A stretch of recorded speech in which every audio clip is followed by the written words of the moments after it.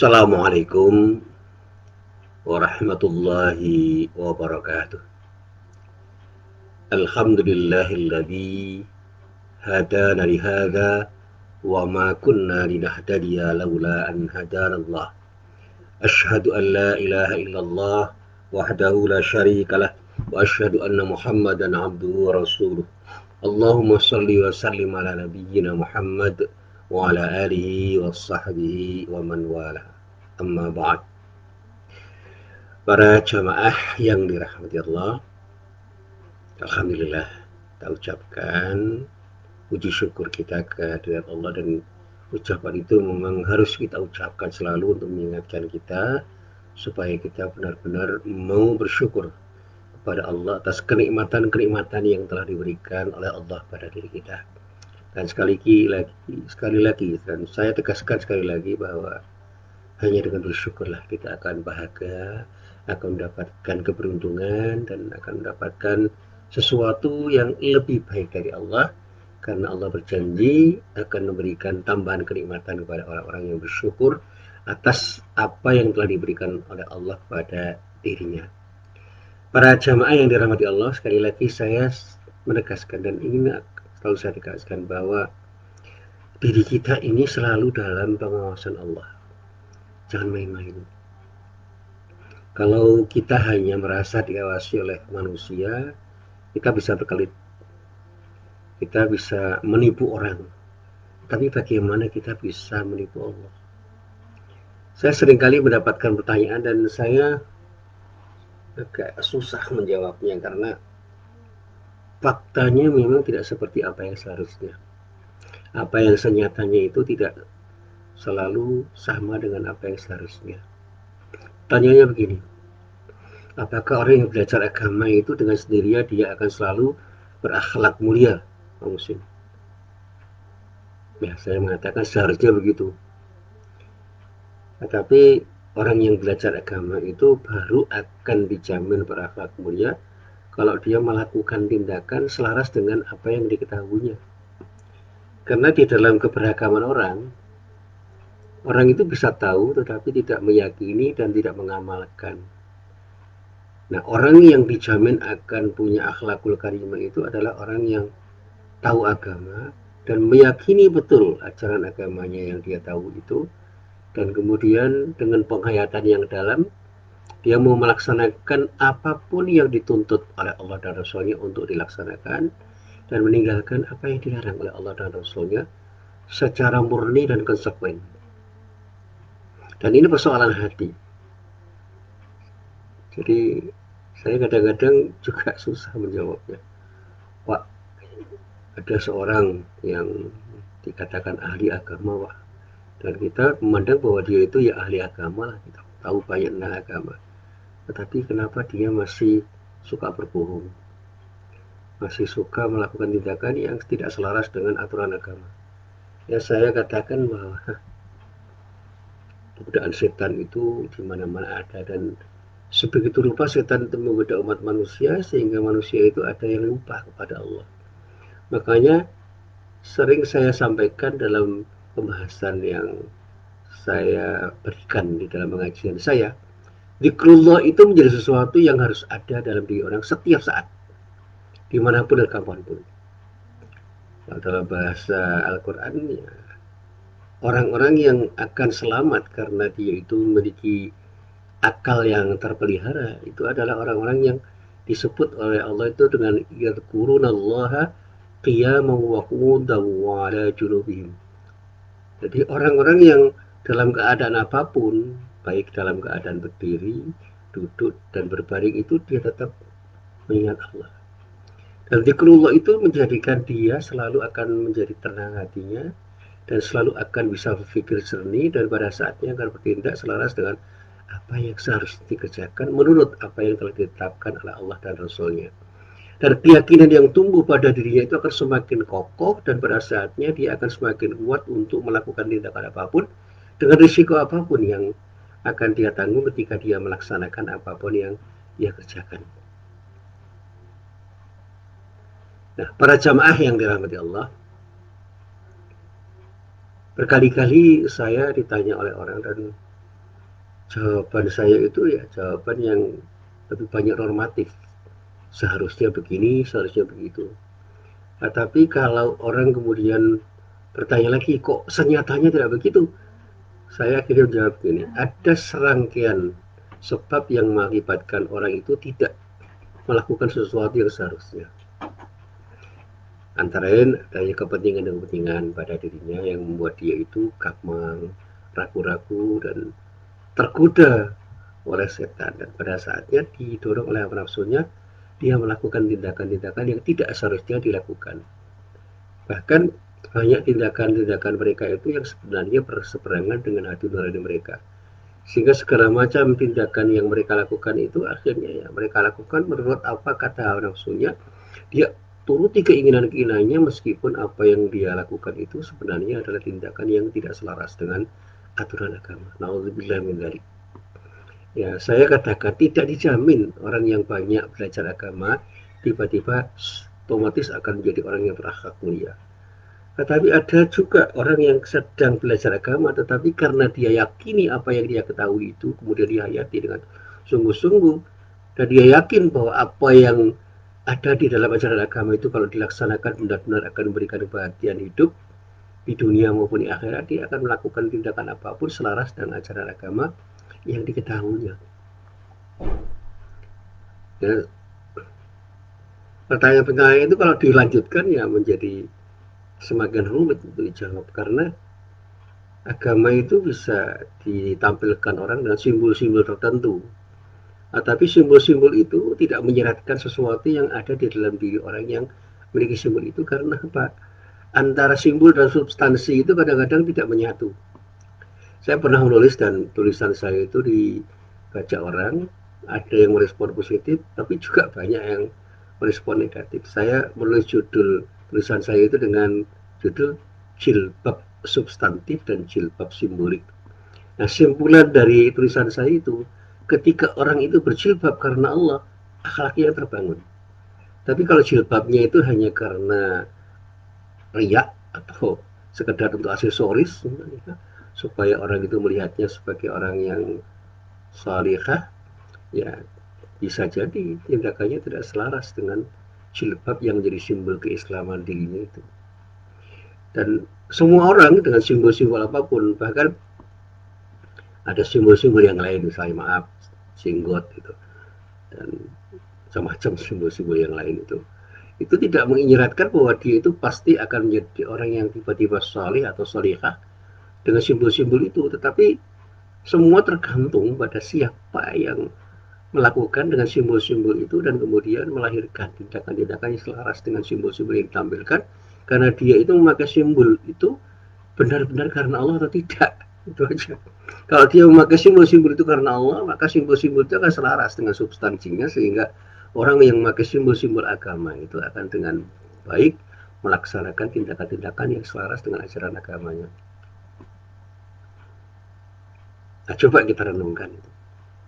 Nah, para jamaah yang dirahmati Allah, disinilah saya tertarik untuk membahas sebuah ayat yang terdapat di dalam surat Qaf, tepatnya pada ayat 18. Di dalam ayat itu Allah berfirman, "A'udzubillahi minasyaitonirrajim. Ma yalfidhu min qaulin illa ladaihi raqibun atid." Tiada satu ucapan pun yang diucapkannya melainkan ada di dekatnya malaikat pengawas yang selalu hadir. Ayat ini adalah ayat mengingatkan kepada setiap orang bahwa apapun ucapan kita, dengan ucapan apapun yang kita katakan, itu diawasi oleh malaikat dan malaikat itu selalu hadir. Para malaikat itu akan selalu hadir. Dan kehadiran mereka itu mengawasi dengan pengawasan yang melekat dan pada akhirnya kita tidak akan bisa berkelit di atas pengawasan Allah yang maha teliti itu. Sehingga niat kita pun sebenarnya terbaca oleh Allah. Karena Allah memberikan kewenangan pada malaikat untuk mencatat semua yang ada di dalam diri orang itu, termasuk apa kata hati orang itu diketahui oleh Allah. Jadi kita tidak bisa bersembunyi dari pengawasan Allah itu. Jadi kalau ada orang bisa lolos dari pengawasan Allah, ya, dia tidak akan bisa lolos sebenarnya. Itu merasa saja, oh saya sudah lolos. Itu perasaan dia aja, padahal tidak mungkin orang itu lolos dari pengawasan Allah. Saya telah lolos dari pengawasan, ya pengawasan manusia, iya. Tapi lolos dari pengawasan Allah itu tidak mungkin. Saya meminjam istilahnya Gus Baha itu. Orang boleh tidak setuju dengan beliau, tapi saya mencobalah untuk merespon positif karena menghormati orang itu bagian dari cara saya untuk berinteraksi dengan orang siapapun lah, saya hormati, termasuk para ustadz dengan berbagai macam cara mereka itu mengucapkan sesuatu, melafalkan sesuatu, menyatakan sesuatu di dalam pengajian-pengajian dan dalam tulisan-tulisan yang beliau tulis itu.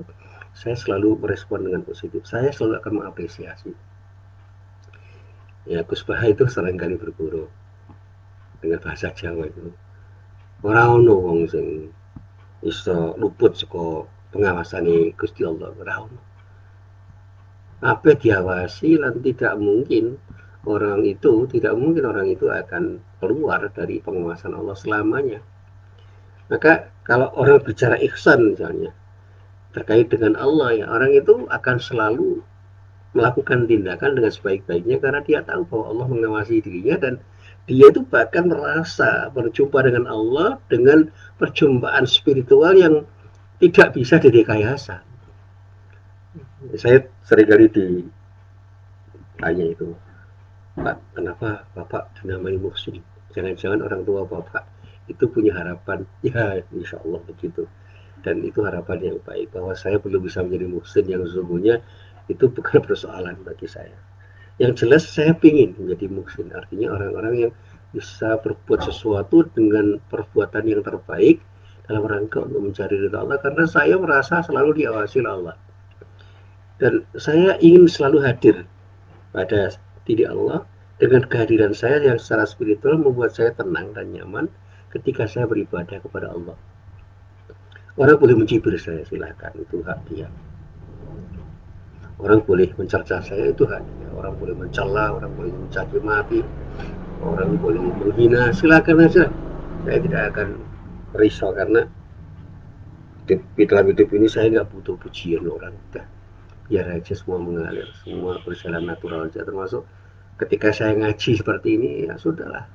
Saya mau ngaji apa adanya aja di tempat di mana saya belajar, di tempat di mana saya menulis, di tempat saya membaca buku, dan di tempat di mana saya bercengkerama dengan anak istri saya. Dan saya ingin mengatakan pada siapapun yang saya katakan, inilah saya. Orang boleh setuju, boleh tidak. Nah, karena apa? Saya yakin ada malaikat yang mengasihi diri saya dan merasa saya tidak bisa berkelit. Saya seringkali saya katakan ini bukan untuk apa-apa. Orang boleh mengatakan, wah Pak Muslim ini berlebihan, silahkan, saya tidak ada masalah. Tetapi saya katakan begini, mari kita mencoba untuk merasa diawasi oleh Allah. Dan ketika kita sudah merasa diawasi oleh Allah, insya Allah tindakan kita itu akan kita lakukan dengan hati-hati, termasuk ketika kita mengucapkan sesuatu. Kita akan mengucapkan sesuatu dengan hati-hati, karena apa? Apapun yang kita ucapkan itu benar-benar diketahui oleh Allah, dan pada akhirnya kita akan mendapatkan balasan dari setiap apa yang kita ucapkan. Nah, para jamaah yang dirahmati Allah, pada pengajian kali ini saya ingin mengutip sebuah riwayat. Ya. Ada riwayat ya, dari salah seorang sahabat yang bernama Abdullah bin Dinar yang meriwayatkan bahwa pada suatu hari dia itu berjalan-jalan bersama Umar bin Khattab yang waktu itu beliau menjadi khalifah, menjadi Amirul Mukminin. Dikatakan dia berjalan dari Madinah menuju Makkah. Memang jauh ya. Madinah menuju Makkah itu jauh. Kalau pakai bis sekarang ya antara 6 sampai 7 jam. Tapi diceritakan seperti itu. Nah, dikatakan di dalam kisah itu, di tengah perjalanan itu beliau bertemu dengan seorang anak gembala. Nah, ketika bertemu dengan anak gembala itu, muncullah keinginan di dalam hati Umar bin Khattab untuk menguji sejauh mana kejujuran dan keamanan si anak gembala itu, karena dia sebagai pemimpin ingin mengetahui seberapa rakyatnya itu taat kepada Allah, Artinya ini pemimpin yang peduli lah. Dia ingin mengerti betul seberapa peduli dia itu pada Allah dan seberapa jujur serta seberapa amanah seorang anak gembala itu ketika mendapatkan amanah dari orang-orang yang punya domba, punya kambing, punya apapun ketika mengembalakan kambing-kambingnya itu. Nah, singkatnya terjadi dialog. Ya, waktu itu terjadi dialog antara Umar bin Khattab dengan anak gembala itu. Pertama, dikatakan Umar bin Khattab itu bertanya, wahai anak gembala, juallah kepadaku seekor anak kambing dari ternakmu itu. Ini permintaan Umar bin Khattab kepada anak gembala itu. Beliau mengatakan dengan serius. Nah, ternyata anak gembala itu mengatakan begini, menjawabnya begini, ya Tuan, saya ini hanya seorang budak. Dia tidak tahu bahwa yang bertanya itu adalah Amirul Mukminin Umar bin Khattab sang khalifah. Kalau sekarang presiden lah gitu. Presiden Umar bin Khattab lah kira-kira waktu itu belusuan. Aku ini hanya seorang budak, jawab si gembala itu. Nah, mendengar jawaban itu Umar pun berkata lagi, ya katakan saja nanti pada tuanmu anak kambing itu dimakan serigala. Jadi kalau dikatakan dengan perkataan yang lain, gak apa-apalah, jual aja satu dari anak kambing itu pada saya. Kalau nanti ditanya oleh tuan kamu, katakan saja pada tuanmu bahwa anak kambing itu hilang dimakan serigala, kan beres, kira-kira begitu. Nah, ceritanya anak gembala itu diam sejenak, merenung. Dia menatap wajah Amirul Mukminin Umar bin Khattab, lalu keluar dari bibirnya sebuah perkataan yang menggetarkan hati Khalifah bin Umar. Jadi ada sebuah kata, pernyataan yang menggetarkan hati Umar bin Khattab. Apa kata-katanya itu? Fa'ainallah, yang kurang lebih maknanya jika diterjemahkan ke dalam bahasa Indonesia. Nah, jika Tuhan menyuruh saya berbohong, lalu di mana Allah itu saat ini? Di sini, di sini, saat ini Allah di mana? Karena Allah itu omnipresent. Allah itu selalu hadir dimanapun, kan kapanpun. Di seputar kita pun Allah selalu hadir. Dan itu harus menjadi keyakinan kita. Allah itu hadir di samping kita. Dimanapun, dimanapun. Di saat kapanpun kita berada, itu Allah akan hadir. Dia mengatakan begini, bukankah Allah ini yang maha melihat? Allah itu kan maha melihat. Apakah Tuhan tidak yakin bahwa siksa Allah itu pasti akan terjadi, akan diberikan oleh Allah kepada para pendusta? Jadi kalau dikatakan dengan bahasa yang vulgar, kalau saya berdusta, Allah kan tahu. Dan Allah akan mengadab saya sebagai akibat dari kedustaan saya itu. Jadi kalau dibahasakan bahasa sekarang, bagaimana mungkin saya berbohong dan kemudian lari dari pertanggungjawaban itu? Karena Allah tahu kalau saya berbohong, dan pasti nanti saya akan diadab oleh Allah. Nah, kalau anak ini ya sekarang ini menjadi pemimpin di zaman sekarang, luar biasa itu. Seorang pemimpin yang tahu bahwa dia diawasi Allah dan selalu hadir mengawasinya, wah, nggak akan mungkin dia berbohong itu. Pemimpin yang tidak berbohong itu ya sekarang agak susah dicari. Nah, sekali lagi ingin saya tegaskan bahwa Umar bin Khattab itu adalah seorang khalifah, pemimpin umat yang sangat berwibawa dan bahkan dikatakan oleh banyak orang itu sangat ditakuti dan tidak pernah gentar menghadapi musuh. Akan tetapi menghadapi anak gembala itu beliau gemetar, rasa takut menjalari seluruh tubuhnya.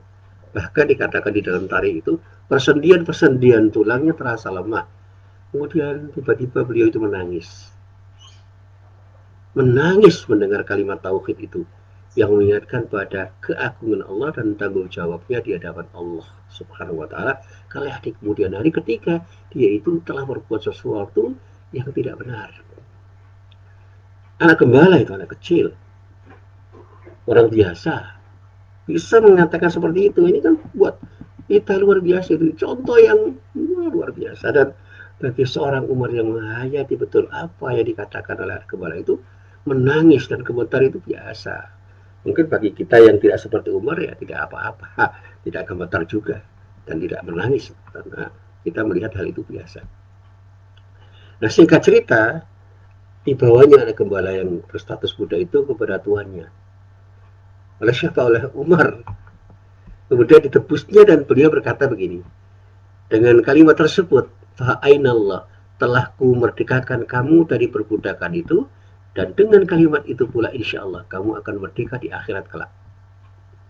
Nah, peristiwa di atas, peristiwa ini, peristiwa yang saya katakan, yang saya ceritakan ini merupakan cermin jiwa orang yang sudah menjadi orang yang disebut muhsin, orang yang betul-betul berada dalam wilayah ihsan, serta gambaran iman yang melahirkan sifat jujur dan amanah pada diri seorang. Jadi muhsin itu orang-orang yang punya jiwa ihsan, yang tergambar tindakannya itu sebagai gambaran iman yang ada di dalam dirinya. Sehingga apapun yang dikatakannya, apapun yang dilakukannya itu selalu selaras dengan apa yang seharusnya dia katakan dan dia perbuat, karena ketaatannya kepada Allah itu sudah sedemikian rupa melekat di dalam dirinya, karena dia merasa selalu diawasi oleh Allah dan dia bahkan merasa terus melihat Allah, sehingga karena perasaan itu ada di dalam dirinya dan dia yakini, dia akan selalu berhati-hati ketika melakukan tindakan apapun, termasuk ketika mengucapkan sesuatu. Luar biasa, Masya Allah. Kalau ada anak seperti ini, Allahu Akbar, luar biasa. Nah, mendidik anak seperti ini di zaman sekarang kan susah. Saya yang sudah jadi mubalek saja itu, membaca kembali cerita ini tertegun betul itu. Saya tidak sempat menangis, jujur saya tidak seperti Umar, belum seperti Umar lah gitu. Saya tertegun dan saya merenung, kapan saya bisa menjadi orang seperti ini, dan kapan saya bisa menyaksikan orang seperti ini, seperti seorang anak gembala yang bisa bertanya, fa'ainallah, di mana Allah itu? Dan ketika pertanyaan itu mengunjam di dalam keyakinan dirinya, insya Allah seseorang itu akan selalu ingat kepada Allah, dan pada saat orang itu ingat kepada Allah, dia akan bersikap hati-hati di dalam melakukan tindakan apapun. Sekali lagi mohon maaf, ini bukan untuk apa-apa. Saya tidak ingin mengatakan saya sudah bisa seperti ini. Ini sebagai cermin saja. Jadi saya katakan teladan dari seorang anak gembala itu akan menjadi sesuatu yang luar biasa. Alangkah indahnya negeri ini, negeri kita Indonesia itu, bila penduduknya terdiri dari orang-orang seperti anak gembala ini, dan pemimpinnya itu seperti Umar bin Khattab. Wah, yang luar biasa, yang suka belusuan dan betul-betul ingin tahu apa dan siapa rakyatnya, sampai pada suatu saat dia bisa menangis sebagai akibat dari tindakan rakyatnya yang menginspirasi dia bahwa zikrullah itu adalah sesuatu yang harus ada pada dirinya, dan pada saat dia itu mengingat Allah, insya Allah dia akan selalu berhati-hati di dalam melakukan tindakan apapun. Ya, Umar bin Khattab itu seperti ini. Jadi kalau ada pemimpin yang disamakan dengan Umar bin Khattab, ya kita baca cerita seperti ini, sudah benar-benar seperti ini atau belum. Dan rakyat yang bisa menjadi orang seperti anak gembala ini juga bukan rakyat biasa ini, karena sekarang jarang ditemukan orang-orang yang punya kepribadian seperti anak gembala ini.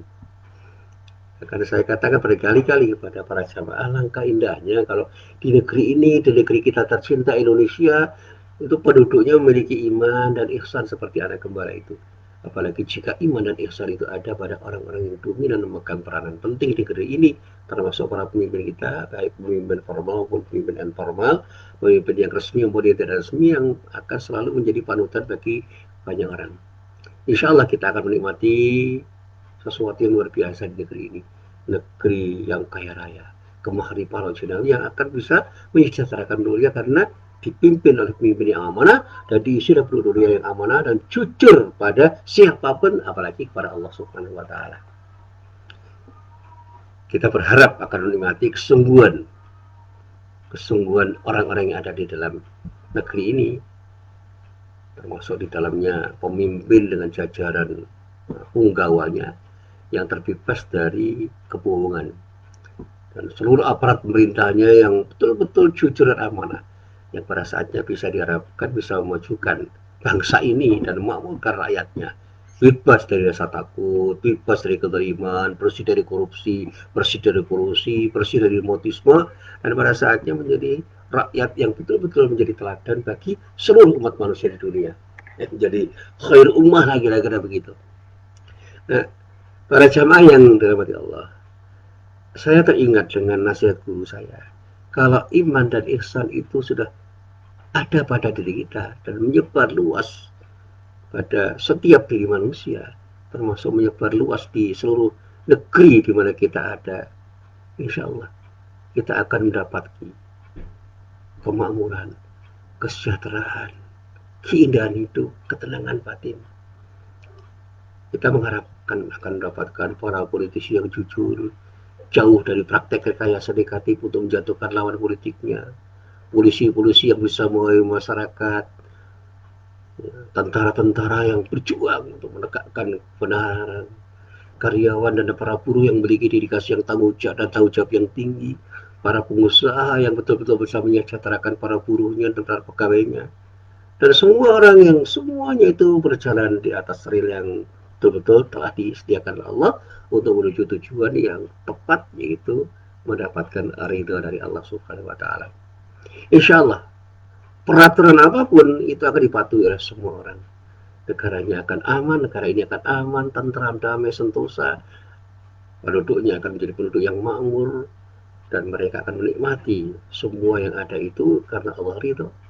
Hati para penduduknya itu betul-betul tenang, damai, dan pada saatnya kedamaian dan ketenangan itu akan menumbuhkan sesuatu yang menyejahterakan bagi semuanya, termasuk akan menjadi contoh konkret bagi masyarakat lain, bangsa lain yang akan bercermin pada bangsa kita. Nah, para jamaah yang dirahmati Allah, inilah yang juga saya coba untuk saya kaitkan dengan salah satu ayat Al-Quran yang terdapat pada surat Al-A'raf ayat 96, yang di dalam ayat itu Allah berfirman, A'udzu billahi minasyaitonir rajim, walau anna ahlal qura amanu wattaqau la fatahna 'alaihim barakatim minas sama'i wal ard walakin kadzabu fa akhadnahum bima kanu yaksibun. Andai kata, jikalau sekiranya penduduk negeri-negeri itu beriman dan bertakwa, termasuk negeri ini, negeri Indonesia itu semuanya itu beriman dan bertakwa kepada Allah. Allah berjanji, la fatahna alaihim barakatim minas samai wal ard. Pasti kami akan melimpahkan kepada mereka berkah dari langit dan bumi. Jadi berkah itu nilai kemanfaatan atau kebaikan yang banyak yang berasal dari langit dan bumi. Jadi dari atas bawah semuanya itu membawa manfaat pada orang-orang yang ada di negeri itu. Tetapi ironisnya mereka itu suka mendustakan ayat-ayat kami, ayat-ayat Allah. Maka Allah menyatakan kami siksa mereka disebabkan perbuatan mereka. Jadi negeri itu negeri yang penuh azab dari Allah. Karena apa? Penduduknya tidak beriman dan tidak bertakwa kepada Allah, sehingga tidak dibuka pintu-pintu yang mengakibatkan adanya kemanfaatan bagi mereka. Barokahnya tidak akan mereka dapatkan, sehingga apapun yang ada itu tidak berkah. Tambangnya tidak berkah, ya, pohon-pohonnya tidak berkah, hutannya tidak berkah, pembangunannya tidak berkah, apapun yang Tuhan tidak berkah. Dan pilkadanya bisa tidak berkah, pemilunya tidak berkah, apapun yang dikerjakan jadi tidak berkah. Karena apa? Mereka itu tidak beriman dan bertakwa kepada Allah. Bahkan saya katakan, ada kata kita di kelompok kecil ini misalnya, di kampung ini, betul-betul beriman kepada Allah, orang-orang yang beriman kepada Allah dan punya ketakwaan yang luar biasa kepada Allah, taat dan patuh kepada Allah, janji Allah itu pasti akan diberikan oleh Allah. Kita akan diberi barakah dari langit dan bumi, dan pada saatnya semua yang kita miliki kita akan punya nilai tambah, akan bermanfaat, dan pada saatnya kita akan melihat bagaimana Allah itu menjadikan semua nikmat yang telah diberikan oleh Allah pada diri kita itu menjadi nikmat yang penuh kemanfaatan, karena Allah menjaganya dan mengarahkan diri kita untuk menggunakan kenikmatan itu dengan cara penggunaan yang tepat, dan pada akhirnya semua yang kita gunakan yang menjadi bagian dari kenikmatan dari Allah yang telah diberikan oleh Allah pada diri kita itu akan memberikan nilai tambah dimanapun dan kapanpun kita berada. Tapi maaf ya, karena masih banyak orang yang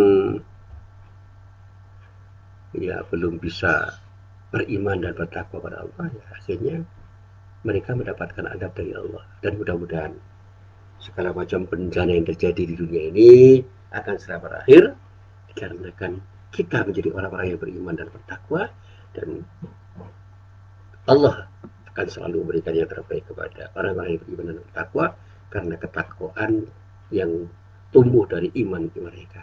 Mari kita coba untuk hidup seperti anak gembala yang betul-betul menginspirasi Umar bin Khattab, dan jadilah pemimpin seperti Umar bin Khattab yang selalu peduli pada rakyat kecil dan bahkan bisa menghargai perilaku rakyat kecil karena bukan statusnya, tetapi karena tindakannya yang memang bisa diteladani oleh siapapun, termasuk diteladani oleh para pemimpinnya.